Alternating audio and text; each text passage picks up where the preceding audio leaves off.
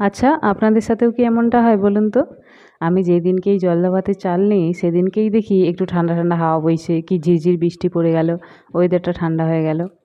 সকালবেলায় খুব গরম ছিল। মা বলল, "একটু বেশি করে চাল নিও তো, রাতের বেলায় জলদা ভাত করব।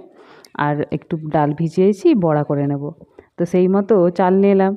ভাতও বেশি হলো, জলদা ভাত হলো। বিকেলবেলায় দেখি অমনি হাওয়া বইতে শুরু করলো।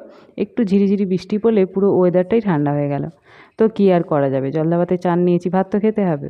সেগুলো তো আর ফেলে দেওয়া চলে না। তো সেই মতো আলু মেখে নিয়েছি, কাঁচা পেঁয়াজ দিয়ে, লঙ্কা ভাজা দিয়ে। এই যে মা এদিকে খেসারির ডালের বড়া করেছে।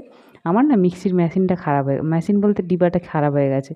একটা বড় ডিবাতে বেটেছি, তো অল্প ডাল তো বেশি করে জল দিয়ে বাটতে হয়েছে, সেই জন্য বড়াগুলো এরকম একটু চ্যাপ্টা চ্যাপ্টা হয়ে গেছে। আর এদিকে মাছ ভাজা ছিল। মাছ ভাজার সাথে কাঁচা লঙ্কা মানে শুকনো লঙ্কা ভাজা, কাঁচা পেঁয়াজ দিয়ে ভালো করে মেখেছি। আর ওই যে বললাম